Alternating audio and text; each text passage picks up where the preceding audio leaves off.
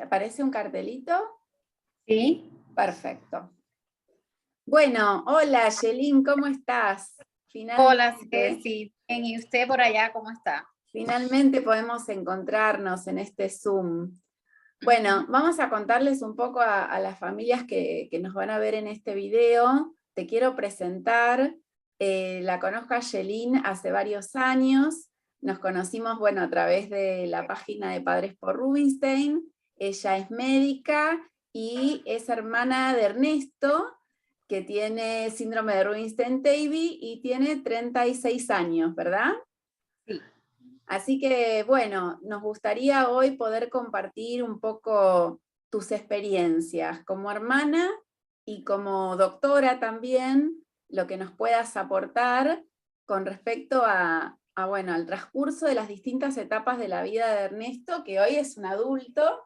Y bueno, la primera pregunta que me gustaría hacerte, Yelina, entonces es, si tuvieras que rescatar algunas escenas o algunas cuestiones que a vos te hayan quedado de Ernesto de niño, Ernesto de adolescente y Ernesto hoy como adulto, ¿qué nos contarías?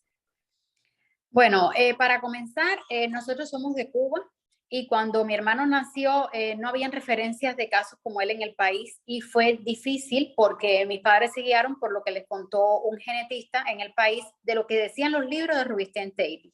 Ujú. La conclusión era que iban a ser de estatura pequeña, que no iban a tener un buen neurodesarrollo y que incluso no iban a caminar. Yo creo que es muy importante el ímpetu que lo ponen los padres, más cuando no hay conocimientos de un tema, de una patología, o que no es una patología en sí, es un desorden genético, porque ellos son personas normales, porque el gen que traen ya viene con una alteración, por lo cual no puedo decir que es una patología, porque no es una enfermedad. Entonces, hoy en día no sucede eso, porque hoy en día todos los padres que puedan tener acceso al Internet tienen acceso al grupo de familia y pueden orientarse, cosa que no nos pasó. Creo que en la infancia fue muy importante el ímpetu y el interés que le puso mis padres al neurodesarrollo. Mi hermano gateó al año y medio, caminó a los 2 años y 9 meses y a medida que él fue mejorando la locomoción, mis padres hicieron mucho énfasis en enseñarle de todo.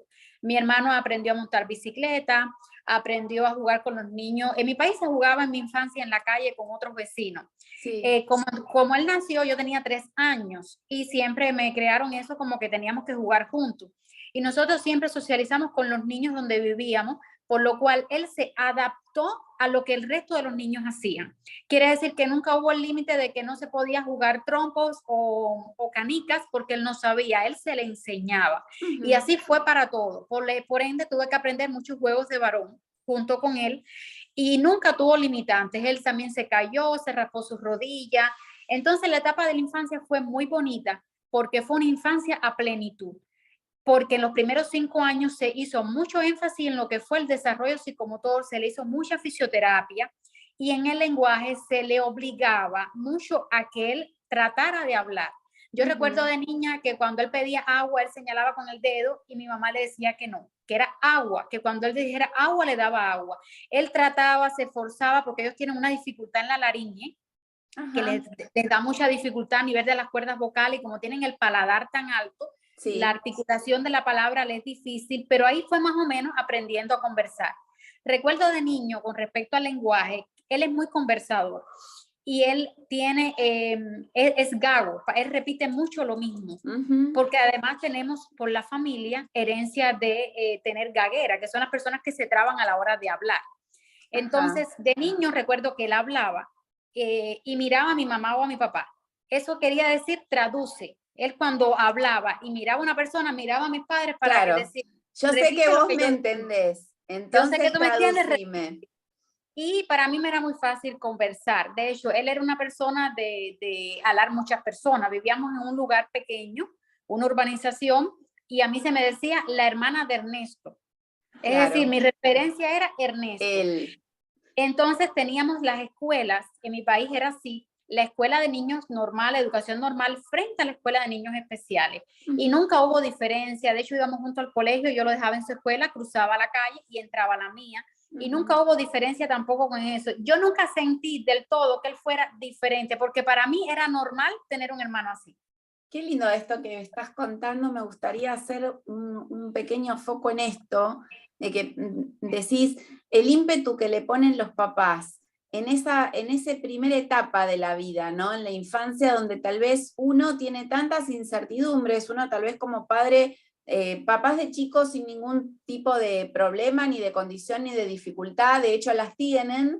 Cuando un miembro de la familia tiene alguna condición o alguna situación peculiar, la incertidumbre es mucho mayor, más como contabas, sin información en esa época, así que tus padres han sido verdaderamente de avanzada. Esto es como un dato muy importante porque al haberle enseñado todo lo mismo que te hubieran enseñado a vos o a cualquier otro hijo, él se fue adaptando y claramente, ¿no? Él se va a ir desarrollando y va a ir haciendo lo que pueda en la medida que pueda, pero se lo proponían, o sea, no lo cortaban de entrada como diciendo, no, él no va a poder esto. Él lo recuerda una vez que llegó del colegio y él tenía una bicicleta que en la parte de atrás tenía 2 gomas. A eso le decíamos triciclo, porque atrás traía 2 gomas para que él Sí. apoyara. Y cuando él doblaba fuera de la calle, que la curva, el doblar de la esquina, la corner, él doblaba en una sola goma de atrás. Y mi papá lo miraba y un día le dijo a mi mamá, hoy cuando vire, él va a tener una goma detrás. Y cuando él llegó del colegio, mi papá le había quitado las 2 gomas y le había dejado una goma. Cuando él llegó, que vio la bicicleta, él se echó a llorar. Creo que tenía como 7, 8 años. Y le dijo a mi papá, no puedo. Y mi papá le dijo, sí puedes. Y sí puedes. Y aprendió a montar con una sola goma Qué detrás. maravilla. Bueno, esto es lo lindo del intercambio, esto es lo interesante de poder contar las experiencias, porque nos da muchas herramientas a los que somos papás o familiares de personas más chicas, de menor edad, que todavía no hemos llegado a determinadas etapas, entonces está bueno realmente poder escuchar esto, Yelin. Y si te hablara de la adolescencia, ¿qué nos podrías contar? La adolescencia fue una etapa un poco triste porque sabes que ellos ya empiezan a cambiar el pensamiento de niño a adulto. Estaba en una escuela. En mi país los uniformes cambian según el nivel, el color del uniforme del traje del colegio. Ajá. Y cuando ya él llegó a la adolescencia, el traje, por supuesto, en la escuela se lo cambiaron para que estuviera acorde a su edad, pero siempre siguió manteniendo el primer grado escolar sin adelantar el nivel educativo de ahí. Hasta que llegó un buen momento, ya no se jugaba como antes, ya los muchachos eran jóvenes, algunos tenían novia, ya no se reunían por la noche fuera como hacíamos de niños. Y él fue notando los cambios, pero en esa misma época yo pasé mucho tiempo interna en los colegios y en la universidad y no estaba a tiempo completo en casa, entonces mis padres iban mucho a casa de mis abuelos al campo. Y en ese tiempo entonces él se afanció mucho más con el tema de los animales, se le compró un caballo para que aprendiera a montar a caballo, se trataron de hacer otras actividades para que él no sintiera tanto vacío, pero igual los amigos de la infancia, tú sabes que eso siempre queda. Pero esa fue una etapa de mucho apoyo familiar. De la parte escolar se le brindó la oportunidad de hacer una escuela taller para que él aprendiera algún oficio, una manualidad, pero en el caso particular de él tiene una falta de control muscular para los movimientos finos. Ajá. Y entonces no fue posible y también quedaba muy alejado de casa, había que llevarlo en transporte, recogerlo en la tarde y mis padres determinaron que realmente era hacerlo pasar trabajo sin necesidad.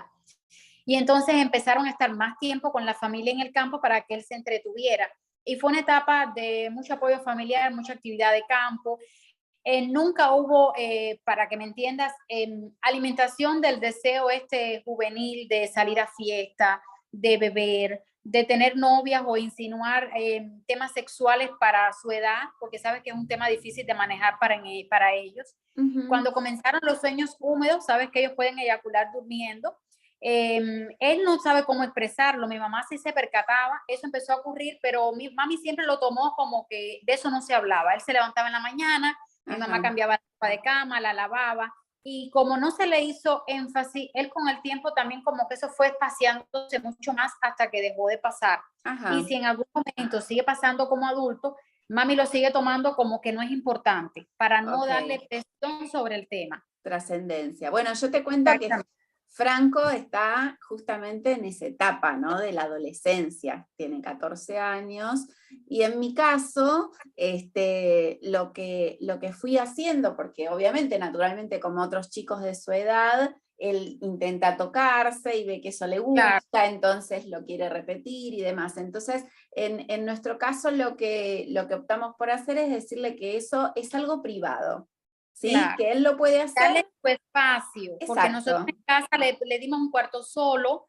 Cuando él quería acostarse temprano, lo dejábamos, no le tocábamos la puerta, darle privacidad. Exactamente, entonces eso es lo que hacemos con Franco y verdaderamente él entendió perfecto que eso es algo que no está mal, que él lo puede hacer, pero él lo tiene que hacer cuando está solo, o en su habitación o en el baño, que no lo puede Así. hacer frente a la gente porque son partes privadas de él. Y Ujú. la verdad es que lo venimos manejando bien, tratamos de explicarle con términos sencillos, cosas que él comprenda, y verdaderamente lo ha comprendido perfecto y no lo hace ni en la Hay escuela. diferencia. Nosotros, como nos llevábamos 3 años de edad, mi mamá Sí, nos adaptó a que nos bañáramos juntos de hermanos. Cuando ajá, yo empecé a desarrollar, mi mamá nos separó, pero mi hermano siempre se adaptó a vernos a todos en la casa, si era necesario, desnudos en el baño. Por ejemplo, él entraba al baño y si yo estaba bañándome era normal. Entonces, tanto mi mamá y mi papá, a mí y a mi hermano nos adaptaron a que la desnudez no es vergüenza, pero que en la familia era normal verlo. Y creo que ellos lo manejaron así para que él nunca le llamara la atención, por ejemplo, ver los pubis de la mujer o ver ujú, la parte íntima. Y para él ujú. ha sido siempre normal. Ver Normal, a, por ejemplo, entrar al baño y ver a mi mamá sin ropa. Para él es claro. normal. O a mí Bueno, que soy su... estas son más costumbres familiares, ¿no? Que tienen que ver con Exactamente. las costumbres de cada familia. Y si nos tuvieras que contar de cómo es Ernesto hoy, qué le Bueno, gusta con hacer, este, cómo es su carácter. muchos años fuera del país. Yo pasé primero 4 años trabajando en Venezuela cuando me gradué de doctora y después me casé cuando llegué al país y estuve viviendo sola. Vivíamos cerca, pero ya me aislaba. Con la adultez se volvió muy celoso, muy posesivo con la parte. Mi padre se divorciaron al cabo de los años y él se volvió muy posesivo con mi mamá y celoso con el afecto que ella puede brindarnos. Hasta yo llegar a casa y darle un beso a mi mamá, a él no le gustaba. Ajá, Pero me imagino que fue por tantos años de estar solo. Se vuelve muy sobreprotector él con la persona que ama. Por ejemplo, con mi mamá. Él está pendiente que si ella almorzó, si cenó, si se levantó, si le duele la cabeza, quién la llamó por teléfono, por qué la llamaron, qué le dijeron. Conmigo, ahora que estoy en la distancia, igual me pregunta lo mismo. Tiene mucho afán por ser tío y para que yo pueda ser mamá. Y él todo el tiempo, que un detalle importante, él aceptó a Cristo en su corazón hace como 7 años. Él ujú. aceptó a Dios, mi familia va a la iglesia y él tuvo un encuentro con el Señor, fue espectacular. Y él, para él, le pide mucho al Señor para poder ser tío. Mi Y me amor. dice entonces que cuando yo vaya a tener hijos, no le van a decir tío, le van a decir abuelo, porque ya va a estar Ah, muy viejo. Entonces se ha vuelto una persona muy posesiva, muy celoso y muy pendiente, como una persona normal, pendiente a su mamá que tiene ya casi 60 años. ujú.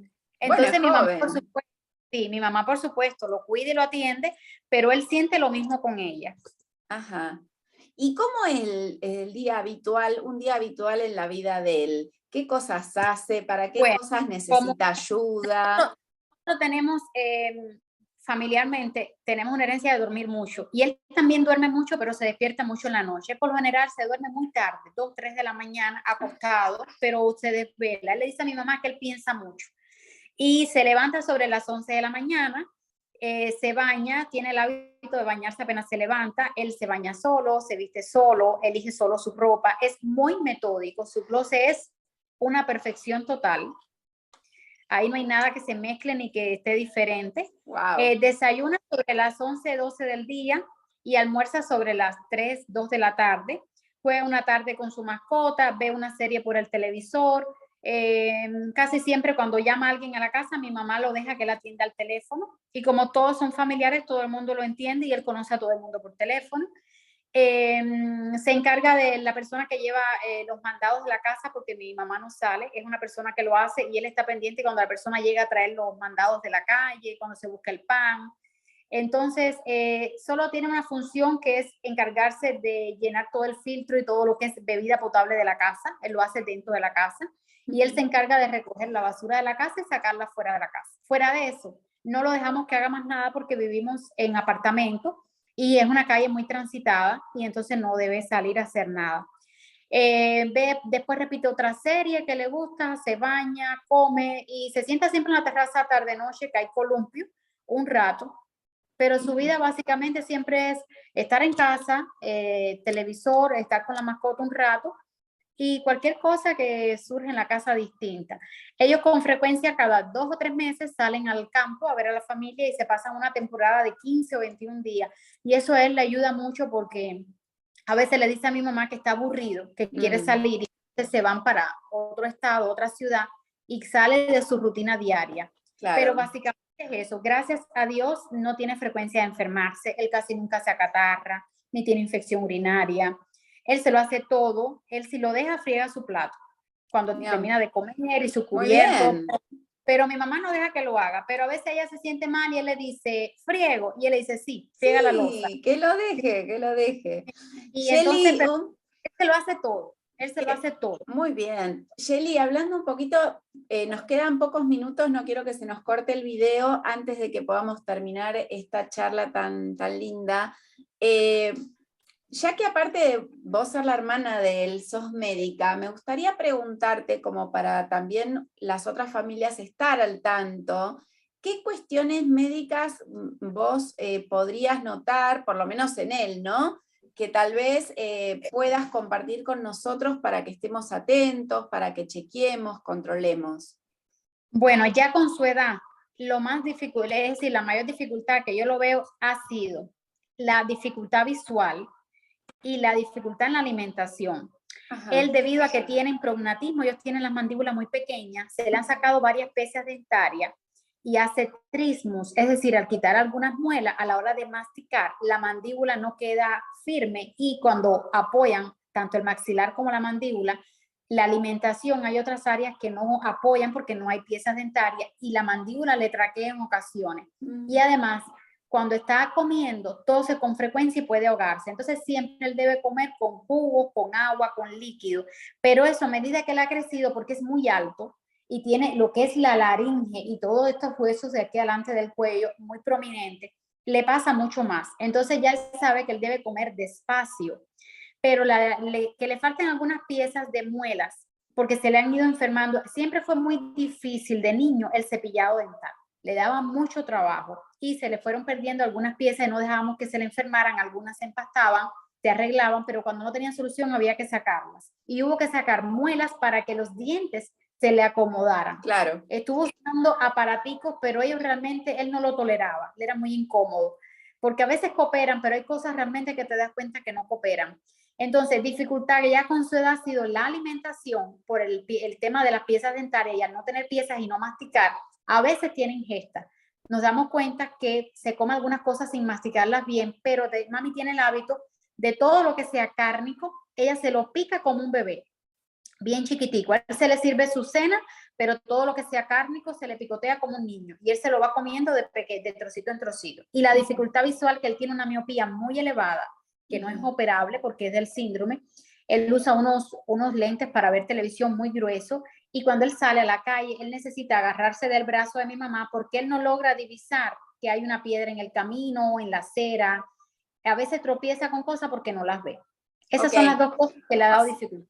O sea que vos decís, por lo menos en esta etapa de adulto, a estar muy atento, bueno, desde la infancia, porque si uno puede estar atento desde la infancia, por supuesto, a todos los temas de deglución, sabemos que es bastante típico del síndrome. Yo recomiendo mucho cuidado de la dentadura, vigilar la deglución en la adultez y el problema visual, que a él siempre se le pusieron sus lentes, pero ya después de los 20 años la miopía creció mucho. O sea que estar atento a estas cuestiones.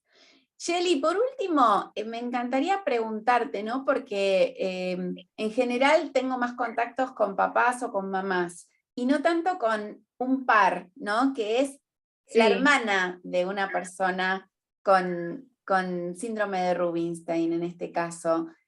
¿qué nos podrías contar? ¿Qué mensaje le podrías dejar a las familias que tal vez están en la misma situación? Es decir, que tienen varios hijos, que tienen a veces estos pensamientos o preocupaciones o incertidumbres con respecto a cómo es el sentir de los hermanos. Nos gustaría Bueno, escuchar tu experiencia. yo siempre he visto que las personas quieren mucho a sus hermanos y las personas hablan maravillas de los sobrinos.